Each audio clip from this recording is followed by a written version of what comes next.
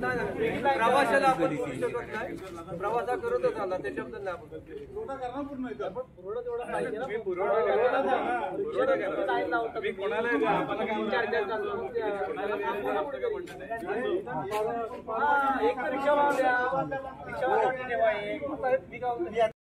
जर आपण गेलो तर अशी लाईन कुठेही दिसत नाही। मी कालच जाऊन आलेलो आहे। मग हे रत्नागिरीत असं का होतंय? हा माझा प्रश्न आहे। ह्याच पंपात नाही, रत्नागिरीत असं का? सिटीत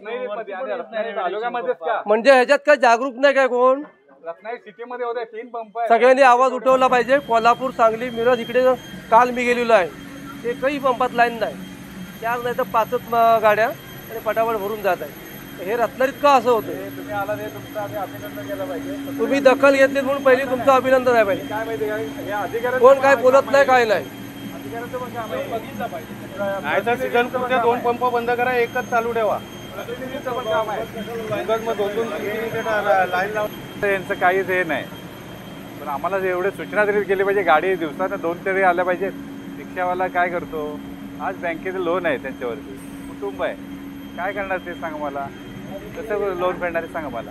1-2 5-5 तास त्यांनी याच्या नंबरमध्ये थांबून काय फायदा आहे त्याचा सांगा मला, काय मिळणार आहे त्याच्यात सांगा मला। त्यांनी काहीतरी कुणी खासदार, आमदार किंवा कलेक्टर कोणी असू नये, त्यांनी काय दाखल घेतले पाहिजे ना। का दिसत नाही काय कोणाला, काय जनतेला कोणालाच काय पडलं नाही त्याचं? हा, रिक्षावाला म्हणजे काय आपला धडपडतोय, करतोय, कामं करतोय, काय त्याला काय अर्थ आहे का? हा, ते काय रिकामी म्हणून ते येतात काय? आज 3-3 लाखाच्या गाड्या त्यांनी कसं भरायचं सांगा पोट?